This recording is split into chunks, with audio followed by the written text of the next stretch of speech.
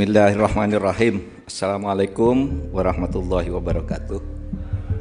Alhamdulillahilladzi hadana lihada wa ma kunna linahtadiya laula an hadanallah. Asyhadu an la ilaha illallah wa asyhadu anna Muhammadar Rasulullah. Rabbi shrah li sadri wa yassir li amri wahlul 'uqdatam min lisani yafqahu qawli. Amma ba'd. Ibu Gubernur, Ibu Khofifah Indar Parawansa yang saya hormati, jajaran Forkompimda Provinsi Jawa Timur, Ketua DPRD hadir, Bapak Pangdam, Bapak Majen Nur Cahyanto, tadi Pak Niko bersama kita, tapi beliau sekarang ini sedang memimpin rapat Kapolres Jawa Timur di Kota Malang, hanya menemani tadi makan malam kami, saya bersama Bu Gubernur dan Pangdam dan yang lain-lain. Terus beliau pamit berangkat dan salam untuk kita semua. Kemudian Kepala Staf Angkatan Laut ke-16 Bapak Laksamana Sucipto, para bupati dan atau yang mewakili dari 4 kabupaten di Madura, kemudian Mas Jawawi Imron yang saya hormati, pimpinan IKAMA, pimpinan Dewan Pembangunan Madura, para hadirin sekalian dari berbagai daerah. Saya tadi lihat ada yang dari virtual, ada dari Saudi Arabia, ada dari Kalimantan mana tadi, dan beberapa banyak. Salam dari sini semuanya warga Madura, baik-baiklah di sana, bekerjalah dengan baik. Saudara sekalian, saya kemarin berpesan ke staf saya, Imam Marsudi, orang Madura. Saya cari staf yang orang Madura biar bisa menghadapi orang Madura. Imam, saya bilang, coba kamu pastikan tuh 2 hal ke Jawa Timur tuh sebelum saya berangkat. 1, protokol kesehatan dijaga, diatur. Apa sudah boleh? Cek ke Kapolda. Boleh enggak kita kumpul-kumpul seperti ini?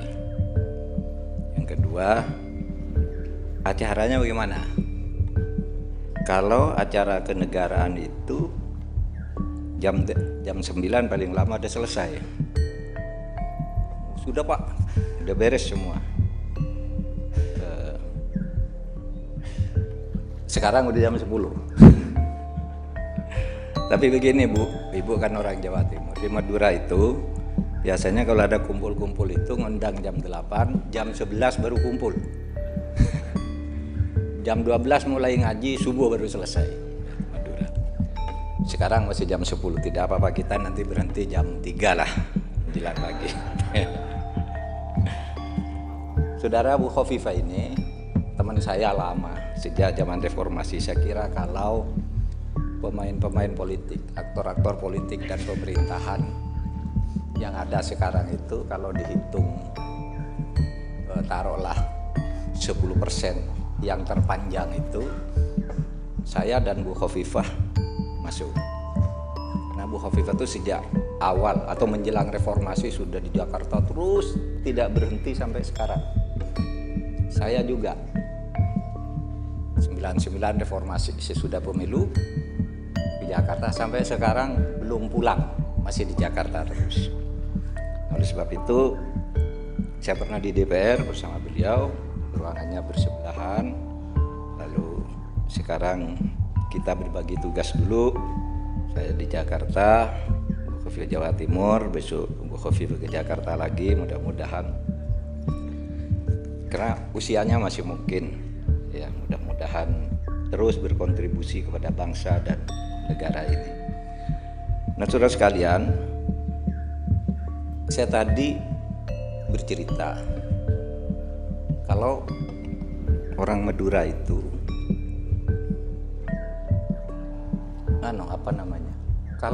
kalau keliru itu ada saja jawabannya.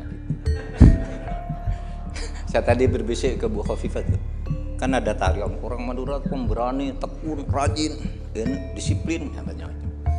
Apalagi Bu, kalau salah ono aja jawabannya Madura. Saya tadi malam baru bercerita gini, itu di Bangkalan tuh, di Tanah Merah tuh kan ada yang jalan macet tuh. Soal macet itu biasanya di situ banyak sekali becak, dokar berhenti di tengah jalan, gitu. Sehingga yang di belakang macet. Suatu saat ada dokar berhenti tengah jalan, kusirnya tuh lari ke pinggir sana. Ngapa? Mau ngambil penumpang dan barang-barangnya, dokarnya di tengah jalan. Sama diangkut satu-satu, ditegur sama polisi. Pak, Bapak ini bikin lama aja. Parkir dokar di tengah jalan itu orang semua antri. Bang dengar antri juga teriak. Iya itu bikin lama kami nunggu itu antri. Yang sarane polisi ini katanya. Kata orang. Yang salah polisi kenapa? Saya ngangkut mau cepet-cepet dicegat di sini diajak ngomong dulu. Ya makin lama katanya. Orang Madura tuh akalnya ada aja. Coba Bapak enggak nyegat saya di sini. Kan saya langsung dokar saya berangkat. Sekarang masih berhenti karena Bapak masih meriksa surat lah. Masih anu katanya. Malah polisinya yang disalahkan. Itu guyonan Madura. Ada lagi, itu seorang kepala desa, ada acara di rumahnya, yang datang jenderal. Kolonel jenderal datang semua orang sekampung, Terus ada seorang namanya Pak Halil. Kok bisa ya? Orang ada acara gitu, tamunya banyak. Gimana caranya saya datang? Lalu datang dia ke kepala desa. Pak Polo itu bapak kepala desa. Pak Polo, kenapa kau senang ke jenderal nih? Kami jawabnya. Esaku ke tangke jenderal. Kenapa kau senang ke jenderal? Lu nangke kiai. Tahu Bu artinya Bu? Pak kepala desa, berapa ongkosnya nanggap jenderal? Dikira pentas itu. Saya mau ngundang juga, saya punya uang katanya. Padahal jenderal itu ke situ kunjungan kerja, pidato biasa gitu. Tapi orang kan datang semua. Terus, apa gila orang me aku Pak Kapi? Kenapa tadi orang bertemu? Itu tadi jenderal berpidato bahwa pemerintah berhasil memakmurkan rakyat. Oh kalau gitu sama tepuk juga katanya. Orang sudah pulang dia tepuk. Kenapa bertepuk? Iya lucu itu dibilang memakmurkan rakyat, padahal rakyat enggak makmur. Saudara sekalian, saya pertama ini ada dua nih acaranya. Satu penyerahan buku. Tadi saya sudah diberi buku Sejarah Madura. Nah, kata Kak Tuan Haji saya ini tadi mau dibagi semua. Nanti tolong dibaca. Kenapa sejarah? Dulu Bung Karno itu pernah mengatakan begini ketika akan jatuh, dikarenakan jatuh. Pidato terakhir Bung Karno itu judulnya Jas Merah. Jangan sekali-sekali meninggalkan sejarah. Jas Merah. Kita renung apa sih kata Bung Karno? Ya betul. Manusia hidup di dunia ini jangan lupa pada sejarah. Karena dari sejarah kita bisa belajar kearifan. Maka Al-Quran itu banyak sekali isinya tentang sejarah. Mungkin yang paling dominan dalam Al-Quran itu isinya sejarah. Ya, sejarah Fir'aun, sejarah Yusuf, sejarah Ibrahim, sejarah Khidir, sejarah siapa, ada lengkap. Untuk apa sih sejarah itu? Kata kuncinya belajar dari kearifan. Kalau di Al-Quran itu disebut ya ayyuhalladzina amanu wal tandur nafsun ma qaddamat lighad. Hai orang yang beriman, lihat sejarah masa lalumu itu agar kamu bisa maju ke depan. Orang harus lihat tuh masa lalu seperti apa. Nah, oh itu orang masa lalu. Orang itu kalau jahat jatuh. Di mana saja sejak dulu. Orang kalau baik kuat. Orang kalau jahat bisa kuat sebentar tapi sebentar jatuh. Pada saatnya jatuh. Coba siapa yang pernah mengira Soeharto itu mau jatuh? Karena pemerintahnya koruptif jatuh. Maka kata jangan sekali-kali merupakan sejarah. Dulu ini sejarah nih, katanya ketika Fir'aun akan tenggelam di Laut Merah, itu Fir'aun berdoa, ya Allah, Engkau ada Tuhan yang benar, bukan Fir'aun Tuhan. Fir'aun itu kan waktu itu ngaku Tuhan. Oh ya Tuhan, tidak ada Tuhan tuh kecuali saya, kecuali Fir'aun. Saya sudah mau tenggelam di Laut Merah karena ngejar Musa yang belah laut. Lalu berdoa, ya Allah selamatkanlah saya dari kematian di Laut Merah ini. Engkaulah Tuhan yang benar, Engkaulah Tuhannya Harun dan Tuhannya Musa dan Harun, bukan Fir'aun. Karena Engkau Tuhan, berarti Engkau bisa menyelamatkan saya dari kematian di Laut Merah ini. Lalu apa kata Al-Quran?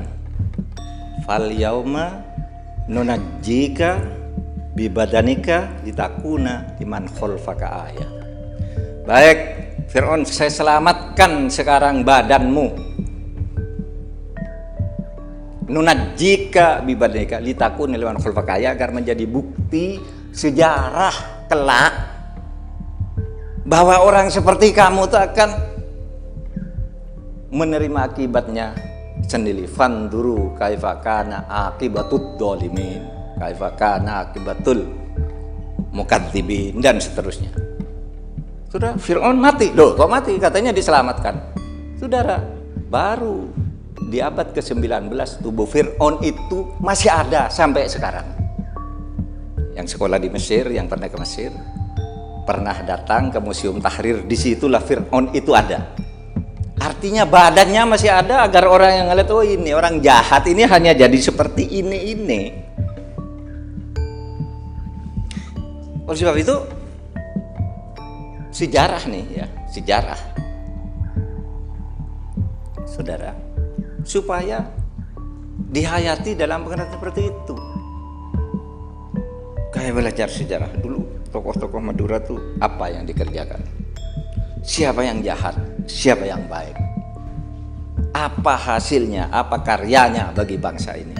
Karena orang yang baik itu akan dikenang. Nah, itu baca sejarah itu tadi untuk belajar, ya bukan untuk sekedar baca dongeng. Saya tanya kemarin, bukunya tuh ilmiah apa enggak sejarah?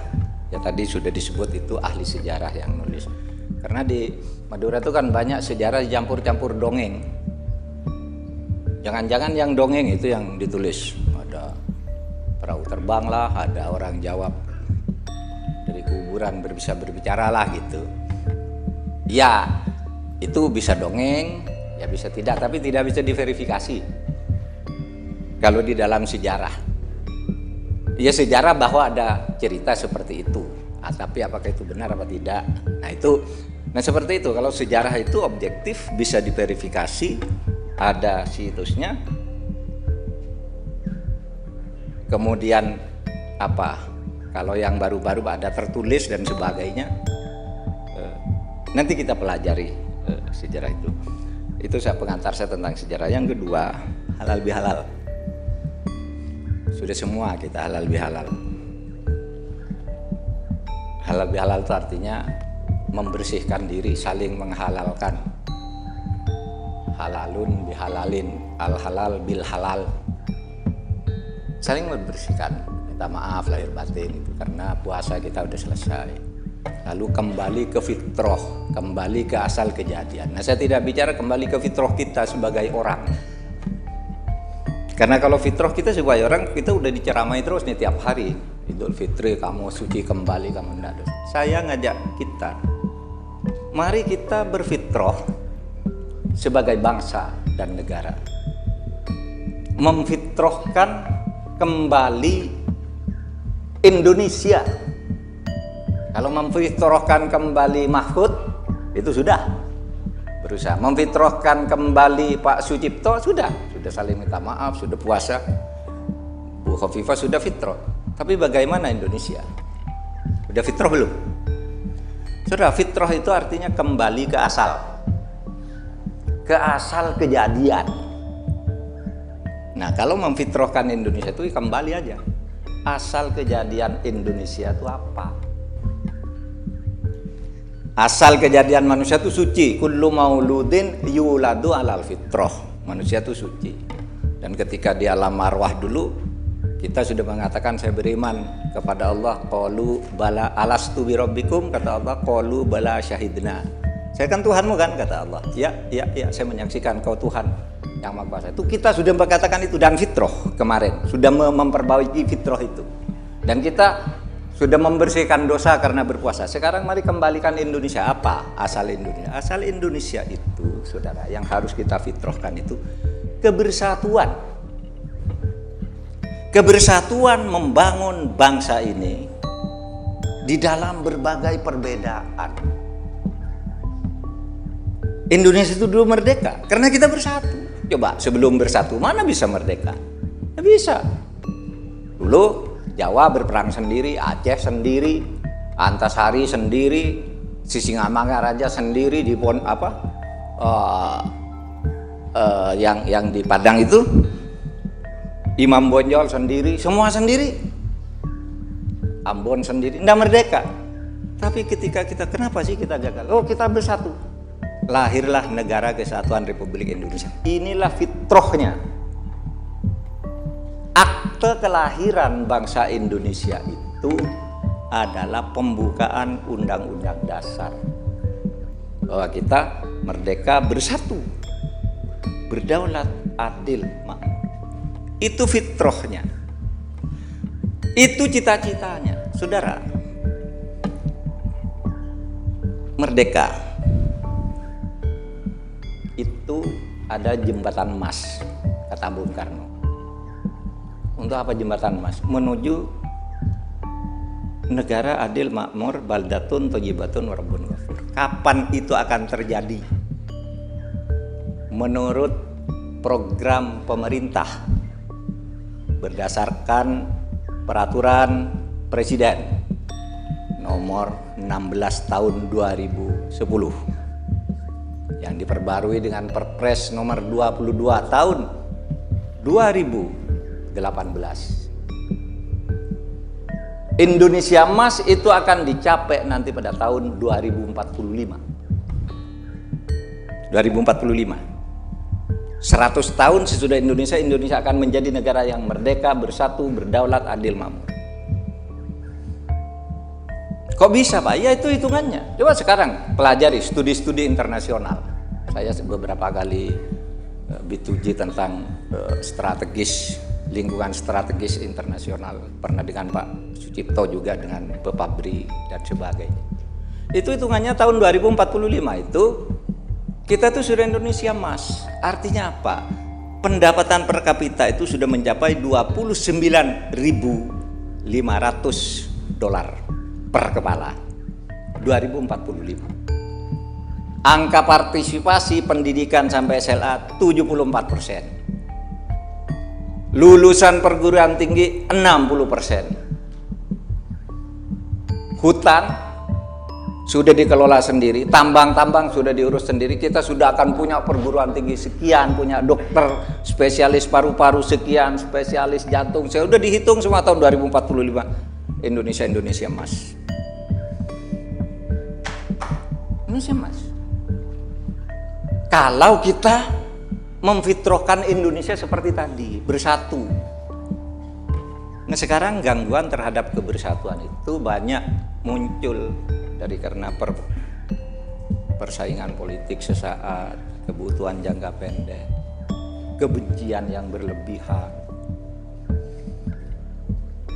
radikalisme, sukuisme, dan sebagainya. Nah itu penyakit. Itu penyakit yang akan mengganggu tahun 2045. Itulah sebabnya dulu pada tahun 2018 itu Pak Prabowo kan pidato tuh. Prabowo, Indonesia tahun 2030 akan hancur kalau begini terus. Ribut orang, termasuk saya ribut. Nah benar tuh.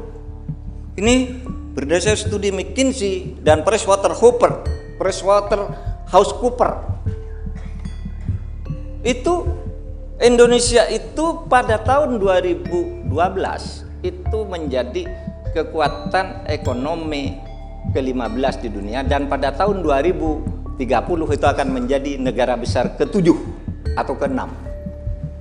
Cara ngitung tadi, sarjananya berapa, Bu Gubernur punya anak jadi dokter, nanti cucunya tuh jadi apa, bisa dihitung dari sekarang. Itu ada hitungannya, kecenderungannya kemana, udah bisa dihitung.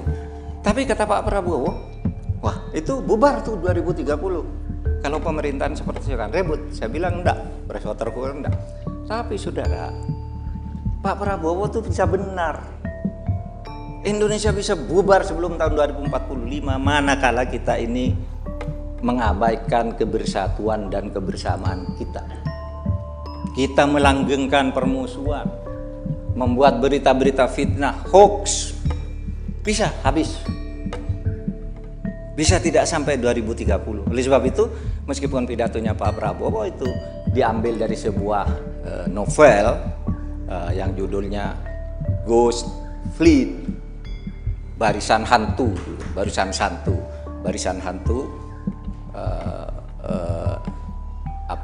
perang masa depan. Di situ hanya memang ada tulisan itu. Nanti pada tahun 2030 sesudah dunia ini dikuasai oleh perang digital, di mana Indonesia sudah tidak ada, hanya nyebut kalimat itu aja, buku itu, dan itu novel intelijen, tidak benar, itu tidak ada datanya, dasar ilmiahnya tidak ada.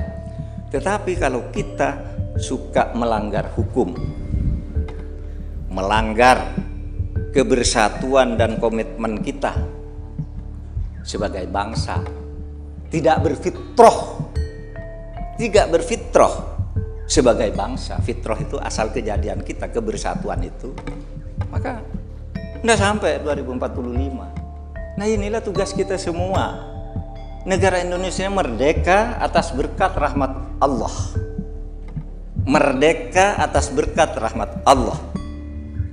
Khianat kita kalau kita membiarkan negara ini hancur dengan berbagai tingkah laku, perpecahan, merasa paling benar sendiri, korupsi yang tidak habis-habis, khianat.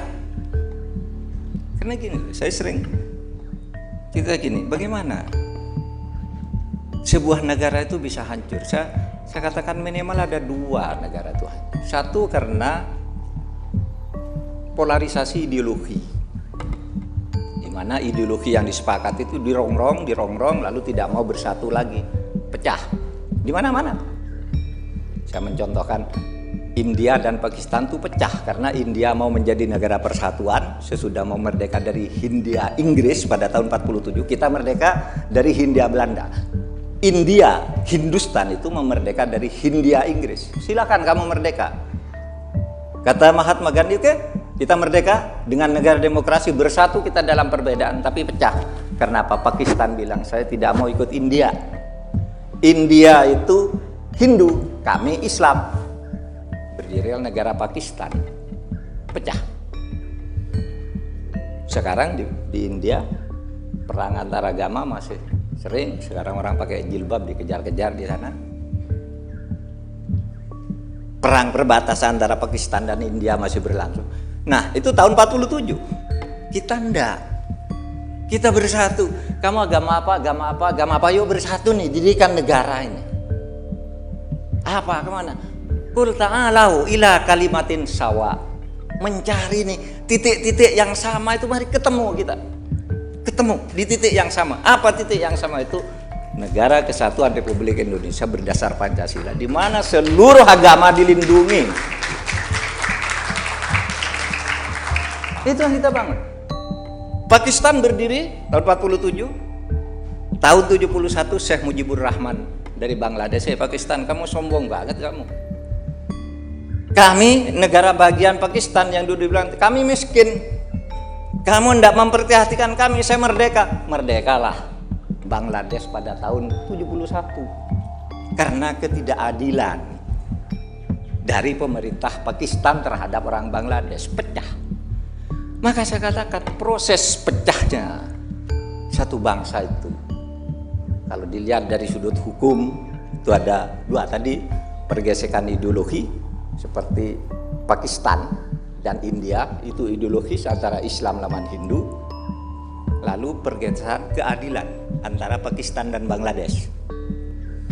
Jadi kalau ketidakadilan itu tumbuh, korupsi tumbuh, dan kita semuanya menikmati itu, maka akan terjadi 4 proses bubarnya sebuah bangsa. Apa proses bubarnya? 1, kalau kita tidak mampu menegakkan hukum dengan baik, memberi pemerintahan yang baik, bersih, jujur, maka berarti kita sudah terjebak ke dalam sebuah situasi yang disebut disorientasi. Disorientasi itu salah jalan dari fitrahnya tadi. Kalau disorientasi ini berkelamaan akan terjadi distrust, ketidakpercayaan, ya kan? Coba kalau kita lihat pejabat yang sering salah lalu ngomong, kita tidak percaya, udah matikan tuh TV, apa ngomong aja tuh bohong. Distrust itu, dan itu udah mulai dulu ketika Pak Harto kan jatuh kan begitu. Itu Pak Harmoko mau pengumuman matikan aja TV-nya, enggak bener tuh katanya. Distrust. Dan kita sekarang kalau tidak hati-hati terjadi distrust. Nah, kalau distrust tidak ada, akan terjadi disobedience. Disobedience itu apa? Pembangkangan, ngelawan. Kalau distrust itu udahlah biarin aja, nggak usah didengar tuh, itu ndak ngelawan. Tapi kalau disobedience ngelawan. Putusan pengadilan, itu hakimnya disuap, tusuk hakimnya.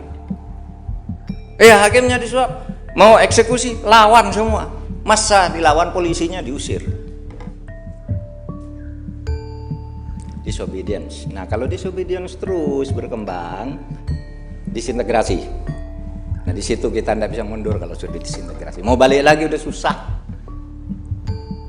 Oleh sebab itu mari, mumpung kita Idul Fitri nih, fitrahkan kembali Indonesia ke asal kejadiannya itu dengan nilai-nilai luhur yang Islami. Apa? Bagi yang beragama Islam atau beragama apapun, bertakwalah kepada Allah. Ikuti perintah Allah. Karena negaranya berdasar ketuhanan yang Maha Esa. Beribadah, jujur, rajin, sopan, berakhlak, berilmu, dan sebagainya. Yang kedua, hormati harkat martabat manusia, itu juga kemanusiaan yang adil dan beradab, itu juga perintah Allah. Ketuhanan yang Maha Esa itu at-tauhid. Kemanusiaan yang adil dan beradab itu ukhuwah insaniyah atau ukhuwah basyariyah. Persatuan Indonesia, wa tasimu bihablillahi jami'a wala tafarraqu. Bersatu kamu di dalam kelompok, di dalam waton, hubul waton itu wa tasimu. Dan bermusyawarahlah. Proses demokrasi antara lain bentuknya musyawarah. Meskipun musyawarah itu tidak harus bentuknya demokrasi seperti yang sekarang ada, tapi sumbernya musyawarah. Dan yang terpenting adalah keadilan sosial. Itulah fitrah Indonesia. Dan itu adalah ajaran agama kita. Ada yang tanya begini, Pak, Pancasila tuh gagal. Kenapa? Itu masih banyak koruptor, masih banyak maling. Ganti aja tuh Pancasila. Oke. Kalau Islam gagal enggak? Kenapa? Itu di masjid masih banyak maling sandal. Masih banyak di pesantren, maaf bukan di pesantren Madura ya. Pesantren di sono kiainya memperkosa santrinya. Apakah Islam harus diganti hanya karena orang melanggar? Sama kan itu. Moralitas kita ini untuk menjaga kemurnian nilai-nilai ini, bukan lalu ini gagal ganti, ini gagal. Nggak ada yang tidak gagal. Karena yang namanya ideologi itu ide yang akan diraih. Bahwa ada pelanggaran itu pasti. Sehingga tugas kita yang waras itulah yang mengatasi pelanggaran ini. Inilah saudara, kalau kita mau berfitrah. Dan saya berharap kita warga Madura ini jaga ini negara kesatuan Republik Indonesia ini dibangun oleh para ulama. Dan saya baru baca tadi sebuah viral tentang lahirnya ulama-ulama di Indonesia. Itu ujungnya di Madura. Kiai Khalil melahirkan Kiai Hasyim Awasari, Kiai As'ad, Kiai Fakih Mas Kumambang. Di Sumeneb ada 2 pesantren, di Sampang, di mana. Dan ini yang dulu membangun Indonesia, kefitrahan kita ini, kefitrahan kita sebagai bangsa. Para kiai-kiai ini ikut dulu berjuang. Sehingga jangan ikut berpikir negara ini salah. Enggak, mereka dulu sudah ijtihad, sungguh-sungguh sudah berjuang mendirikan negara yang baldatun thayyibatun. Gimana caranya mendirikan negara Islam? Enggak bisa. Kalau ini gimana caranya? Lalu ijtihad, muncullah Negara Kesatuan Republik Indonesia. Sebagai produk ijtihad, bagus. Karena apa? Ijtihad itu, kalau kata kitab kuning, mahwal ijtihad itu istifragul wus'i fi naili hukmin syar'iyyin bi tariqil istimbat minal kitab was sunnah. Ijtihad itu suatu memeras otak segala daya untuk menemukan nilai-nilai hukum syara, menggali istimbat dari Quran dan Sunnah. Quran Sunnahnya sendiri mungkin terlalu umum, bagaimana diterjemahkan ke dalam situasi Indonesia. Sama dengan baju nih, kapas. Ini baju kita dari kapas semua, tapi kapas satu diterjemahkan nggak ada yang putih, ada yang merah putih, ada yang batik, ada yang peci dan macam-macam. Makanya kalau Islam itu katakan al-ibratu fil Islam bil jauhar, la bil mathar. Ibroh dalam Islam substansinya, kamu jangan kulitnya, substansinya dulu. Kalau kulitnya dapat ambil, tapi kalau tidak dapat substansinya. Fil jauhar, bil jauhar, la bil mathar. Tidak simbol itu kaidah usul fikihnya. Sesudah ada istimbat dari ijtihad tadi. Nah, saudara sekalian, demikian sambutan saya. Persis 20 menit. Tadi saya dikasih jadwal oleh Haji Zaini 20 menit, Pak, katanya. Sudah 20. Persis ya 20 menit dan saya akan berhenti. Mohon maaf lahir batin, mari kita bangun Madura sebagai bagian dari Negara Kesatuan Republik Indonesia yang dari sini negara ini lahir. Ide negara Kesatuan Republik Indonesia berdasar Pancasila kalau diambil para kiai. Ujungnya para kiai itu adalah Kiai Khalil. Kalau menurut sejarah yang tadi beredar, yang kemudian membentuk cara kita berpikir tentang bernegara ini. Assalamualaikum warahmatullahi wabarakatuh.